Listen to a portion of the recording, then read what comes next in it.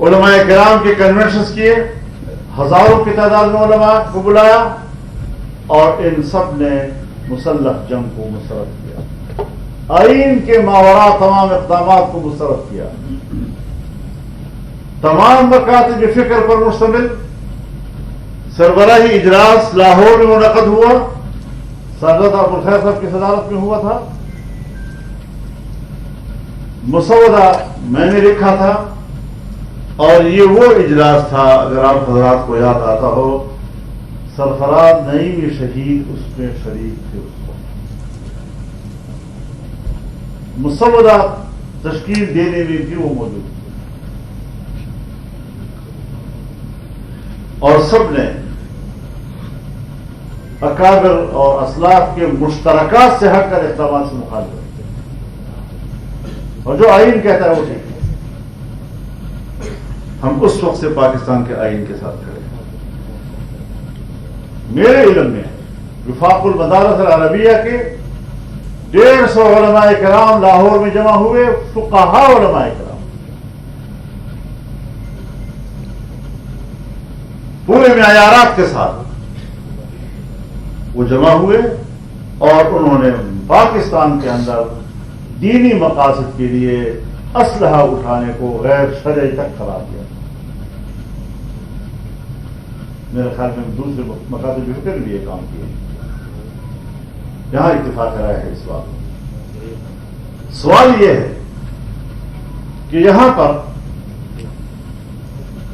اس مسلح تنظیم گردی کے خلاف فوج نے آپریشن کیا، سوات سے لے کر وزیرستان تک لوگوں نے علاقے خالی کیے، اپنے ملک میں مہاجر ہوئے، 10 سال تک اپنے گھروں سے باہر رہے، اور وہ لوگ اب بھی ملک کے اندر مہاجر ہیں، چاہے خیبر پختونخوا کے اندر ہوں، چاہے پنجاب میں ہوں، چاہے سندھ میں ہوں۔ بہت بڑی تعداد آج بھی اپنے گھروں کو نہیں جا سکی۔ دعویٰ کیا ہم نے دہشت گردی کا خاتمہ کیا، آج دہشت گردی کا خاتمہ بہت دور کا لفظ ہے۔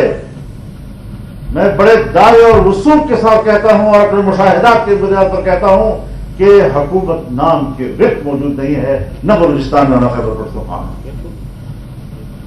سورج غروب ہوتا ہے، مکمل سڑکیں اور علاقے مسلح گروہوں کے ہاتھ میں ہوتی ہیں، اور صبح سورج کے طلوع ہونے تک ہوتی ہیں، اور دن کے ٹائم میں بھی نکل آتے ہیں، باقاعدہ تصویریں بنا کر ویڈیو بنا کر وائرل کرتے ہیں کہ دیکھو ہم ہیں میدان میں۔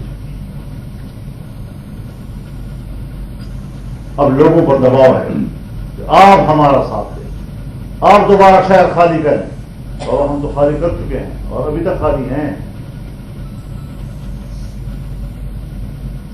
اگر یہ افغانستان گئے تھے، گئے کیوں، کیسے، اور واپس کیسے آئے؟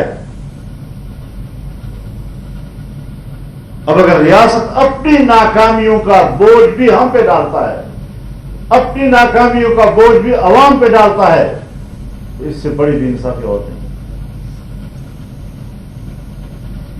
لہذا میرے نزدیک ہماری اسٹیبلشمنٹ، ہمارے لا انفورسمنٹ کے ادارے اس بات کے ذمہ دار ہیں کہ یہ بدامنی ان کی نااہلی کی وجہ سے۔ اب میں اس کو نااہلی کہوں یا شعوری طور پر ایسا کیا جا رہا ہے کہ اگر انڈیا سے لڑائی ہوتی ہے تو اتنے بڑے انڈیا کو 4 گھنٹوں میں لپیٹ دیا گیا، اور یہ 40 سال سے ہمارا خون بہا رہے ہیں، ان کے مقابلے میں ہم قربانیاں دے رہے ہیں اور قربانیاں دے رہے ہیں۔ یہ لفظ قربانی بھی کوئی عجیب سی چیز بن گیا ہے کہ مسلح گروہ بھی کہتے ہیں ہم نے قربانی دی ہے، اور ہم بھی کہتے ہیں ہم نے قربانی دی ہے۔ قربانی کا سہارا لے کر اپنے آپ کو برحق ثابت کرنے کی کوشش کرتے ہیں۔ ہر گروہ کہتا ہے میں نے قربانی دی ہے، باطل بھی کہتا ہے میں نے قربانی دیا ہے، حق والا بھی کہتا ہے میں نے قربانی دی ہے۔ یہ کون سی دلیل ہے؟